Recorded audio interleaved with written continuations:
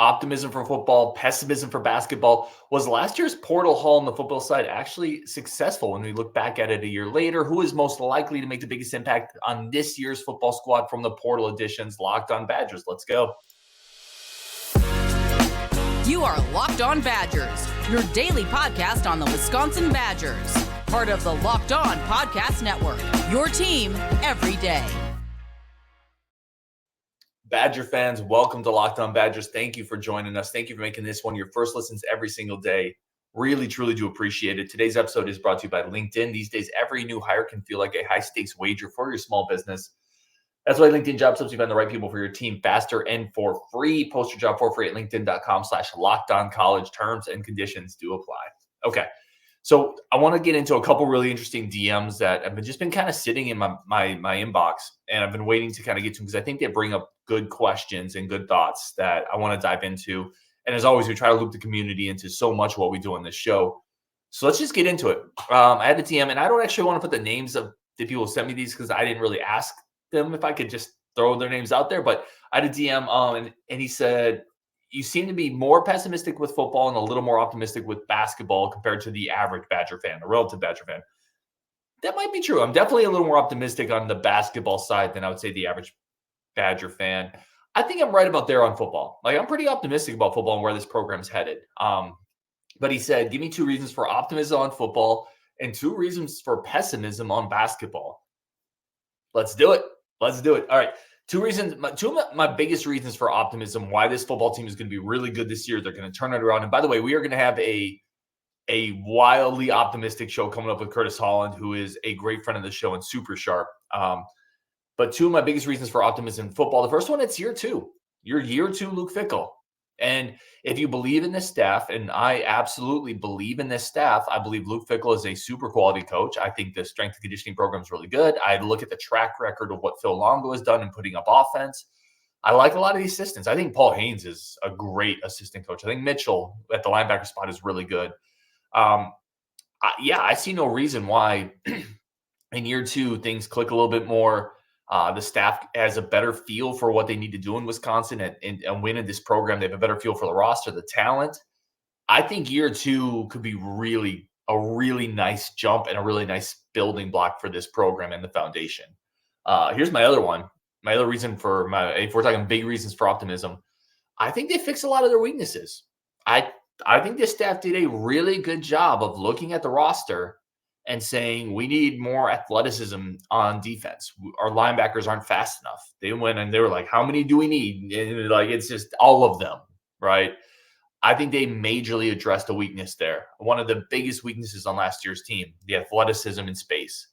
I think then they went and got a bigger arm quarterback to better run their offense. I think they got, this is not something they did, but Jake Renfro's back healthy. That was one of the biggest weaknesses last year was center snapping, center consistency. So you get Renfro back, that addresses that weakness. A bigger, stronger arm quarterback to push the ball downfield addresses that weakness. Athleticism at the linebacker spot addresses that weakness. They also got reinforcements on the defensive line. I think Ernest Will or Dylan Johnson will both play as freshmen. Address that weakness to some degree, right? I don't think that weakness is fully addressed. Like, there's still more to do there. But I look back at what they did. They needed depth at running back, got it. They needed a different type of pass-catching tight end. They got one in the portal in McGonough. They needed athletes at linebacker. They got it. I really think they went and addressed a lot of the weaknesses that hampered them last year. And then you have year 2 of this coach and these systems. I think there's a lot of reasons for optimism. 2 biggest reasons for pessimism in basketball. Like, the first one is anytime you're adding – so there is a mass transfer of knowledge, of lost knowledge, of tribal knowledge that has left this program, right, with the departure of Chucky Hepburn,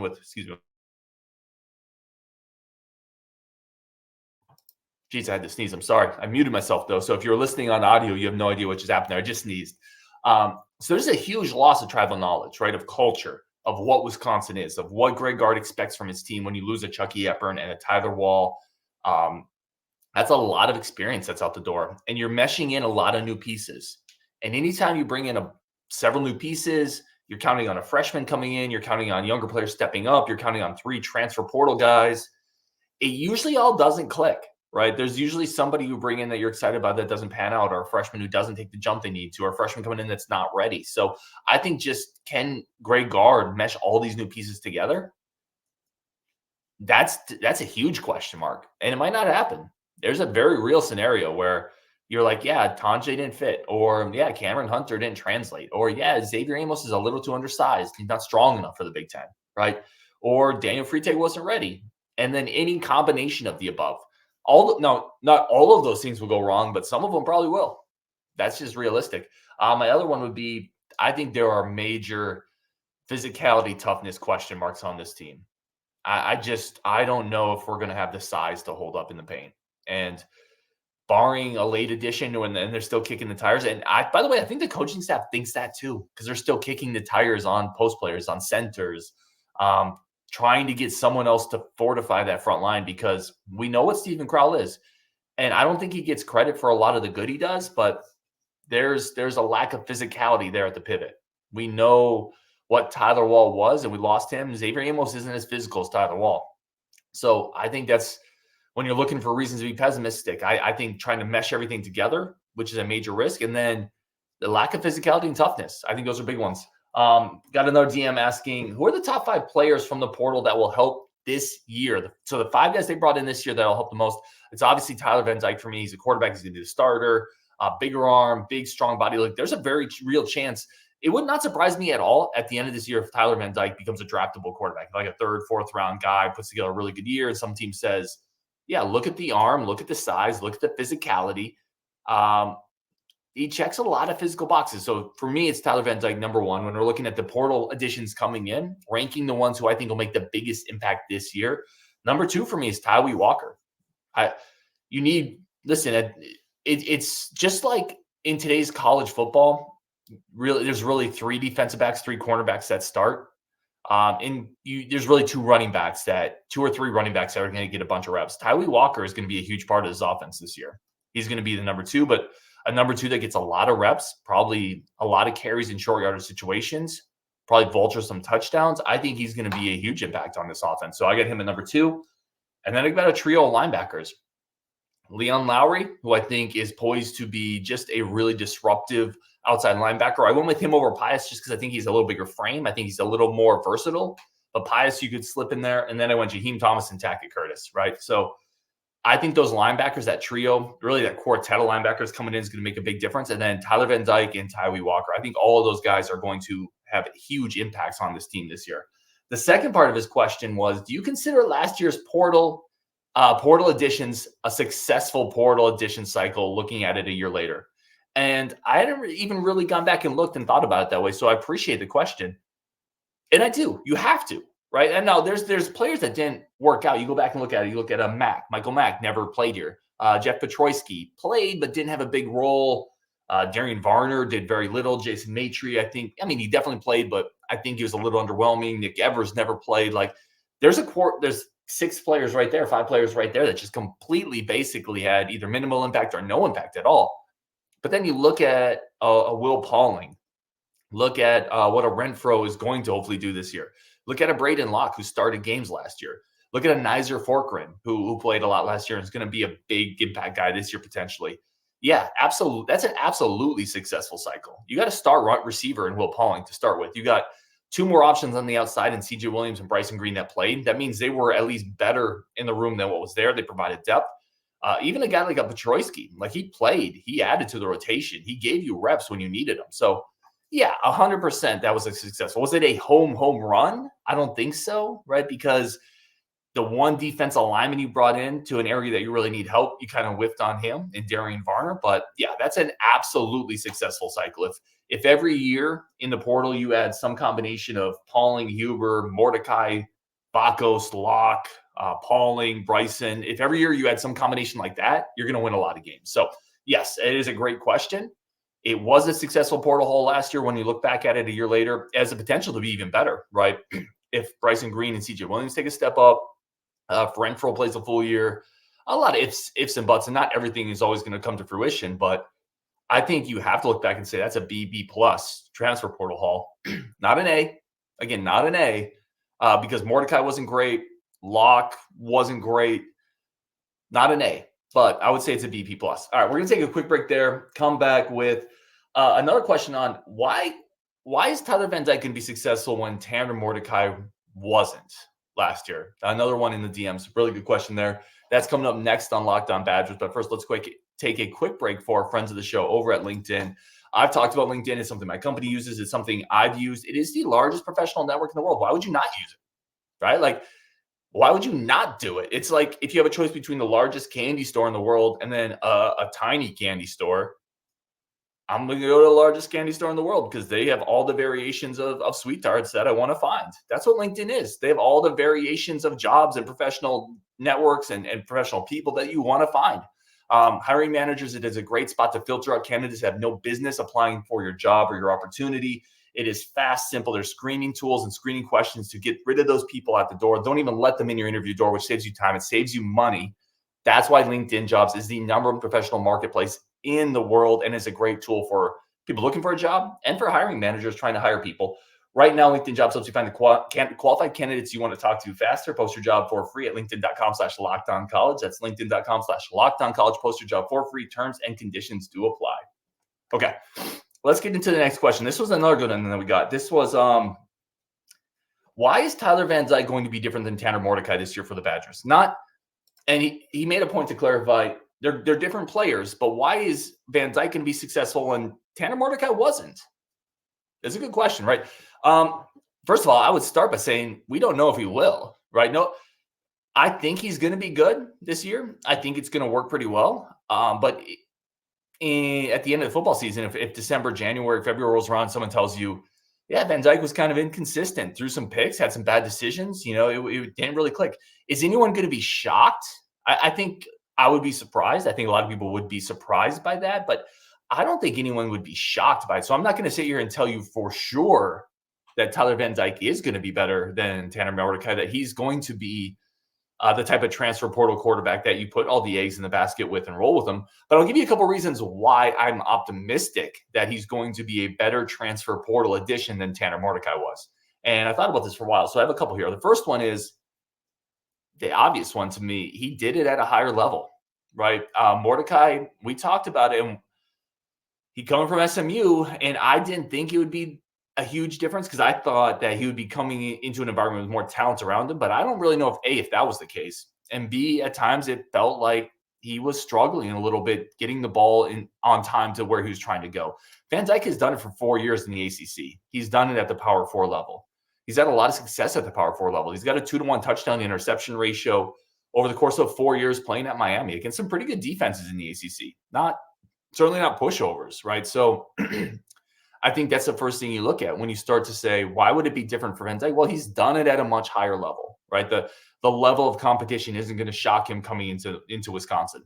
I think the other thing you look at is he probably has the tools that fit a little bit better with what Phil Longo wants to do and be able to push the ball downfield and be able to get the ball out. Just bigger frame, bigger arm. He's got more tools. He's a bigger, more physical, prototypical quarterback. So I think you get a better athletic skill set and a guy who's done it at a higher level. So if that's what you're looking for, if you're trying to find why would it be different, I think I would point to those two things. Finally, the last thing you look at is Tyler Van Dyke's best year was in an offense, his redshirt freshman season, that's going to be kind of similar to what he's running at Wisconsin. So we've seen some success in an offense that's going to be similar to what he's doing. He's got the bigger, more physical prototype body structure, and then he's done it at a higher level. So that's where I would go with that. Oh, here's another one. He has a center. At least until Renfro gets hurt, and hopefully knock on wood that doesn't happen. He's not going to be dealing with the snapping inconsistency issues that Mordecai had last year. And that alone is probably going to make Van Dyke better. And if you want to take that a step further, his receiver room is going to be better, right? Because of course it is. And people might say, well, why would it be better? It's the same guys as last year. Well, it's the same guys as last year with their second year in this system, plus Tretchke Kahuna, right? So, and plus a few other pieces, right? I think Vinny Anthony is going to take a little bit more of a step up. Maybe Tyrell Henry, the Michigan State transfer, maybe the Boston College transfer. Like the receiver room is going to be better. So even if he plays identically well to Tanner Mordecai. The weapons around him are going to be better, and he's going to have a center that gets him the ball. I think all of that leads into him just having a better season this year, and it should lead you to be pretty optimistic about it. Like, he's in a better place. The quarterback position this year, independent of Tyler Van Dyke, is in a better place to be successful than it was last year with Tanner Mordecai. And that's independent of what Mordecai can and can't do, and it's independent of what Tyler Van Dyke can or cannot do. The ecosystem's just better. Year 2 in the system, a healthy Renfro, better receiving core. I think a running back group that probably fits the offense better as well. A tight end group that's going to be a year better. Like, everything's good, should nominally be better around him. Now, you could, if you want to play devil's advocate, you could also say the schedule should be harder than last year, and that's also going to impact it. But I think there's enough indicators that would lead me to buy stock on Tyler Van Dyke. I think there should be a bull market there. All right, bull market's when the market goes up. Buy it early before yeah, I think that's what it is. So I would buy stock on Van Dyke, at least compared to what Mordecai did last year. All right, let's get some more other comments here, because this is a community show. From Scott M. If you listen to Brian Smith, good defensive linemen are at a premium. That being said, in the air raid, you can never have enough receivers. This seems like a good pickup. Yep, this is talking about Joseph Griffin Jr., the pickup we just got out of Boston College. Scott, I agree. Like, I think people get too deep on this stuff. They sometimes it's just about, can you add a piece at a spot, and you do it because it makes you a little better at that spot. It doesn't mean that there's a couple more comments coming up here. It doesn't mean that they think all the receivers are bad. It doesn't mean that they're not also trying to get a defensive lineman. I've made the analogy before, and Bucky63, I'm going to get your comment up here. He says, why more receivers? How many do we need? I'm more interested in a defensive lineman or a tight end. I am too. I mean, I don't know about tight end, but yeah, I'm more interested in a defensive lineman too. But I've made this analogy before. It's like if you go to the grocery store and you're going to get asparagus, right? And on the way to get asparagus, because maybe you're grilling tonight and you need some asparagus to throw on the grill. On the way to get asparagus, you pass by the Oreo aisle and you're like, I could use some Oreos too. I'm going to grab those as well because I'm here and they're right there and I can get them super easy. My point is, just because you are looking for a defensive lineman and they're still trying to get a defensive lineman, just because you're looking for that, it doesn't mean you pass on the opportunity to maybe marginally improve a spot that's in a better position, right? So you've improved the receiver room by adding Griffin. It doesn't mean that you're also not trying to get better at other spots, right? But targets of opportunity are still important, and you get better where you can get better. If you can add a big physical receiver, do it. Absolutely. The other thing with scholarships now, scholarships don't matter as much as they used to. You can NIL guys, you can NIL a French guy, turn him into a PWO. Like, I'm not saying it's right. I'm not saying it's wrong. I'm saying needing to be really tight with scholarships isn't as huge of a deal anymore. Tom Nesis, friend of the show, says, isn't this outside size and speed exactly what Brian Smith said they needed? Yeah. I mean, I don't know if this is the guy you need, but this is the prototype type of player that Brian Smith talks about, needing to get more physical, more size on the boundary receivers. Now, I think he's talking about a faster version of this, but I think you just add him because it doesn't hurt to add him. You add him because you have 2 years of eligibility with him, and there might be something there. And he did well at Boston College. It's not eye-popping, but he was successful at a pretty high level of college football. He's 6'3", and you don't have a lot of guys like that on the roster. I just think it's kind of a no-brainer, quite frankly. You get a little better at that position, do it. And it doesn't preclude you from adding a defensive lineman down the road. It doesn't preclude you from adding other spots.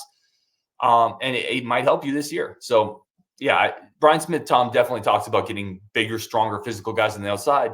Well, this is what they did. They went out and they got one. I don't, and at the detriment of what? You could honestly just look at it as Chris McIntosh left, or Tommy McIntosh, left, and you brought in Griffin. And there you go. So I like it. GTM says you need defensive lineman. I agree. I agree 100%. All right, we're going to take a quick break there, come back, talk about, am I too high on Will Pauling? On the last show, I talked about he is one of the better receivers in the country. JB asked me about that. Let's talk about that next on Locked On Badgers. But first, a quick break for friends of the show over at FanDuel. FanDuel remains the number one source for all your sports betting needs and information. It is the ultimate place to go for spreads, teasers, futures, whatever you want to do. Please do it responsibly. But it is a great spot to have fun, to enjoy, to talk a little, or to spice up your sports weekend a little bit. Right now, new customers get $200 in bonus bets if your first $5 bet wins. That's $200 to use on point spreads, money lines, whatever you want.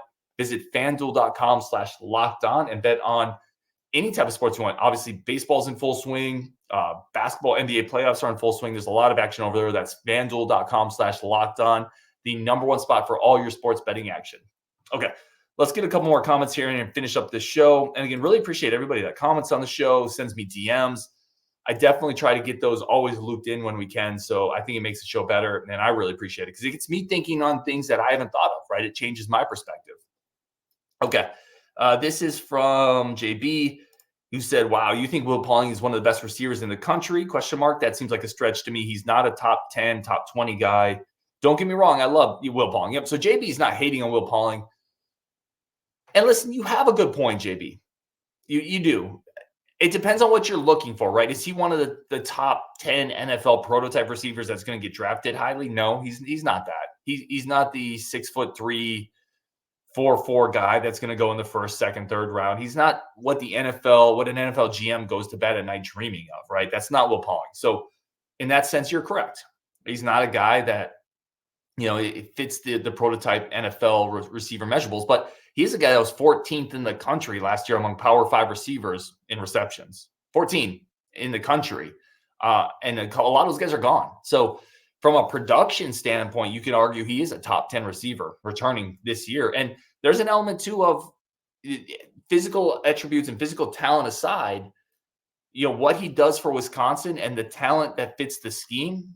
In the college level, you could make an argument that he's one of the top 20 receivers in the country. In fact, he probably is at the college level for what he does in this scheme and what he means to Wisconsin. Again, not top 15, not top 15, top 20 in terms of pure athletic upside, NFL upside, but for what he is at the college level and for what they ask him to do and productivity, I think he is in there. So I'm going to split hairs a little bit. I think you're probably right. He's probably not one of the best receivers in the country, but when you start factoring in scheme fit, productivity, returning productivity, what he does for this offense, I think he's probably in that top 15 to top 20 in the country. Again, he was incredibly productive last year. I think we forget a little bit how good he was. 14th in the country in receptions among Power 5 receivers. That's pretty good. So anyway, that's where I'd have him. JB also had Chucky talking about can Freitag play right away, because I compared Daniel Freitag coming in right away to Chucky Hepburn came in and played right away. Brad Davidson came in and played right away. He said Freitag is stepping as the guy without the same level of talent around him as Chucky and Brad had. If he's good, he'll have the opponent's number one defender on him. So I don't think he's stepping in as the guy. I think that's where the misnomer is. And I'm not trying to pick on you, JB, because I've seen other people say this. Well, how is Freitag going to step in as the guy? He doesn't have to step in as the guy. You have Klesman on this team. You have 3 transfers. You have Steven Crowell. All I've said is I think Daniel Freitag can step in and play 20 minutes. I think he can step in and play 15 to 20 minutes, maybe a little bit more if he really excels. He doesn't have to be the guy, though. This point is correct. Freitag doesn't have a Johnny Davis on the wing next to him. But I'm also not expecting him to step in and be the dude, right? I think he can step in and be a successful rotational guy. And now that you have Cameron Hunter, he doesn't have to be a starter. Right, Daniel Freitag comes in he's going to start off as a bench guy, I think. And then maybe down the road, if he continues to play well, maybe he finds himself into a starting spot. Maybe he elevates into that role. But I think what you're hoping for now that you've added Cameron Hunter and you're bringing back Max Klesman, John Blackwell, Kamari McGee, I think what you're hoping for is Freitag gives you 15 to 20 minutes of impactful athleticism off the bench with freshman mistakes factored into that, right? There's going to be some turnovers. There's going to be some bad defensive rotations. There's going to be some shots where you're like, ooh. But there's also going to be a transition steal where he's going to dunk it and get to the line. There's going to be some impactful offensive rebounds from the guard position because he has that type of athleticism. I think that's what you can get from Daniel Freitag next year. And I think he's fully capable of doing that. I do agree with your point, though.